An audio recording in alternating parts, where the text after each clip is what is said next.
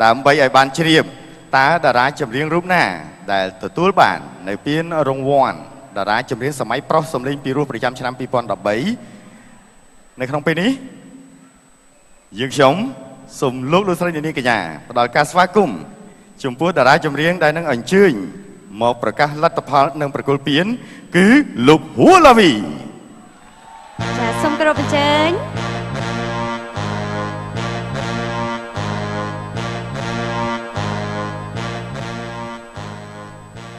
បាទដោយពេលវេលាខ្លីគឺលទ្ធផលនៅខ្ញុំស្រាប់ហើយលទ្ធផលណាមិនដឹងបានទៅជាកំឡោះណាទេណាមានសំណាងជាងហួឡាវីបើអញ្ចឹងណាកំឡោះណាបងប្អូន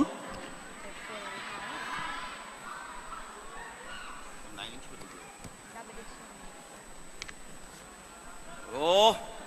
ឃើញហ៎ឥឡូវបងប្អូនទាយមើលអ្នកណាគេបាទតារាចម្រៀងសម័យប្រុសដែលមានសម្លេងពីរោះគឺលោកខេមរៈសេរីមុនសូមជើញតារាចម្រៀងខេមរៈសេរីមុនកើតនៅថ្ងៃទី3ខែវិច្ឆិកាឆ្នាំ1985នៅខេត្តកំពង់ចាមចូលប្រឡូកនៅក្នុងវិស័យសិល្បៈតាំងពីឆ្នាំ2004បន្ទាប់ពីប្រឡងជាប់នៅក្នុងកម្មវិធីចម្រៀងមហាជនទូទាំងប្រទេសរបស់ក្រុមហ៊ុន Nestle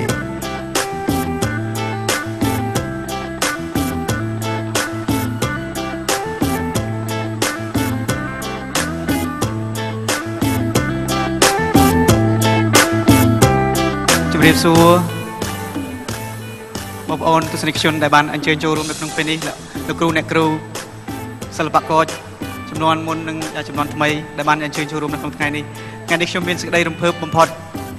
ជាលើកទី2សម្រាប់ការទទួលពានប៉ុន្តែជាលើកទី1ក្នុងការទទួលផ្ទាល់នៅទីនេះបាទខ្ញុំរំភើបចិត្តមែនទែនហើយខ្ញុំក៏មានពាក្យពេចន៍អរគុណទៅដល់ជំវិញការជោគជ័យរបស់ខ្ញុំនឹងមានការជ្រោមជ្រែងពីសំណាក់ក្រុមហ៊ុនក៏ដូចជាជាពិសេសអ្នកដែលគ្រប់គ្រងតាមព័ន្ធ Facebook តែម្ដងអរគុណច្រើនបាទចាសូមអរគុណច្រើនសូមតែអរគុណបាទសូមអរគុណបាទលោកហួឡាវីផងបាទឥឡូវនេះពានរង្វាន់ជាបន្តបន្ទាប់ត្រូវបានប្រគល់ទៅកាន់តារាពីរោះប្រចាំឆ្នាំ2013នៅក្នុងពេលនេះយើងខ្ញុំសូមលោកលោកស្រីនាងកញ្ញាផ្ដល់ការស្វាគមន៍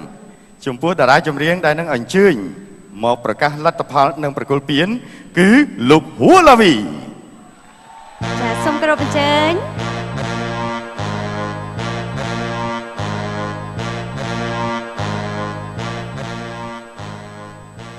បាទដោយពេលវេលាខ្លីគឺលទ្ធផលនៅខ្ញុំស្រាប់ហើយលទ្ធផលណាមិនដឹងបានទៅជាកំឡោះណាទេណាមានសំណាងជាងហួឡាវីបើអញ្ចឹងណាកំឡោះណាបងប្អូន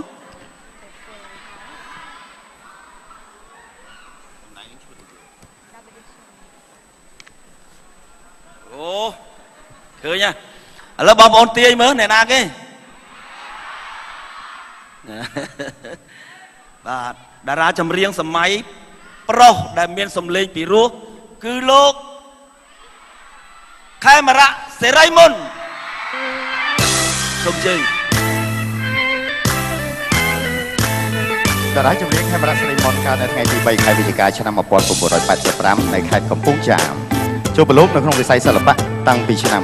2004បន្ទាប់ពីប្រឡងជាប់នៅក្នុងកម្មវិធីចម្រៀងមហាជនទូទាំងប្រទេសរបស់ក្រុមហ៊ុន Nestle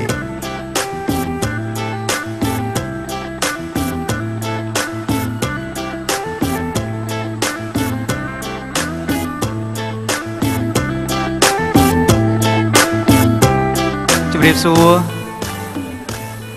បងប្អូនទស្សនិកជនដែលបាន